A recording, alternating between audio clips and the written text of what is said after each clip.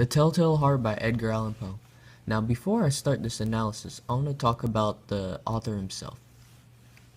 Now, Edgar Allan Poe, throughout his life, he was a writer, poet, and critic. Born on January 19, 1809 in Boston, Massachusetts, his original father, David Poe, left him at an early age, and his mother, Elizabeth Poe, actually died of tuberculosis when he was 3. He was adopted by Frances and John Allen. The mother, Frances Allen, who was actually really fond of him, died of tuberculosis, and his adopted father, John Allen, didn't like him too much, and it got to the point where he actually didn't include him in his will. Poe, of course, had a passion for writing, which took him to the point where he made the famous stories called The Fall of the House of Usher, The Raven, and The Telltale Heart, and many more that we know and love. Because of his awesome storytelling, and for basically starting detective fiction, he was known as the father of the detective story.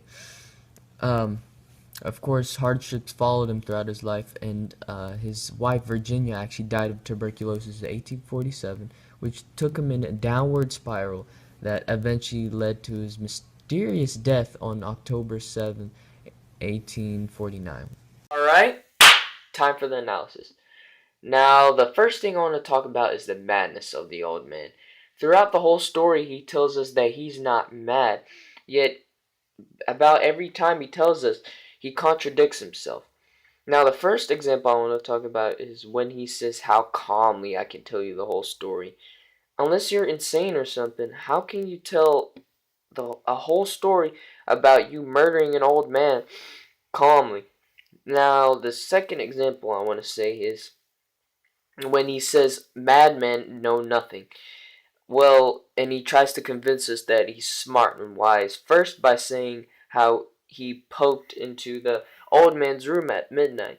He gives us precise details, but to try to sway away from the fact that no normal person would sneak into and poke into an old man's room in the middle of the night just because of his vulture eye.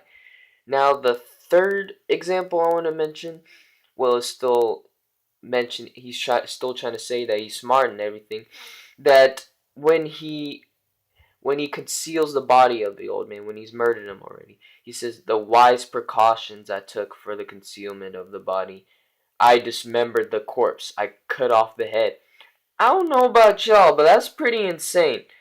But this all points towards irony, because the narrator tries to convince us that he's not mad, yet he's convincing us even more the more he tells us. Alright, now the second thing I want to talk about is the old man's eye. Now, the narrator, he really doesn't like the old man's eye. He really hates it. Throughout the story, he calls it an evil vulture eye, or he describes it as being blue with a film or veil covering it. The eye bothers him so much that it causes him to murder the old man. Now, the narrator becomes really obsessed with it, to the point where every time he sees the old man, he doesn't really see a person, he just sees the eye. It bothers him so much. Now, we're not really sure what the eye is or what it represents. The eye could represent the authority of the old man that he has over the narrator.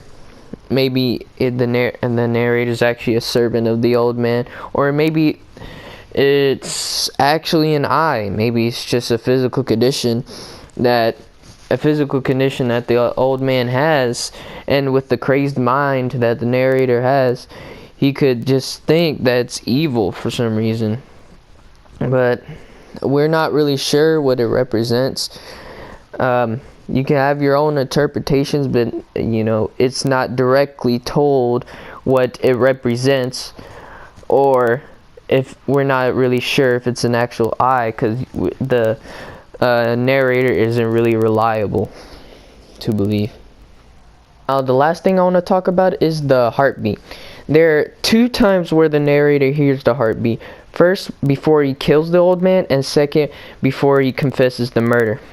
Now, I believe both times the heartbeat was actually the narrator's own heart. The first time, I believe it was because he was nervous, because the time had come when he would murder the old man, and he's been planning for this for so long. He even mentions earlier how he says he's dreadfully nervous then and now.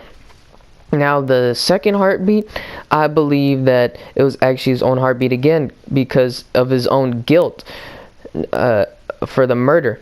Now, the narrator's so crazed that he can't realize these emotions, so he says it's actually the old man's heartbeat and he has acute senses, when it's really not. Here are 5 vocab words that are from the Telltale Heart story. If you pay attention to our video that's coming up me and Jack made, you might even hear these vocab words.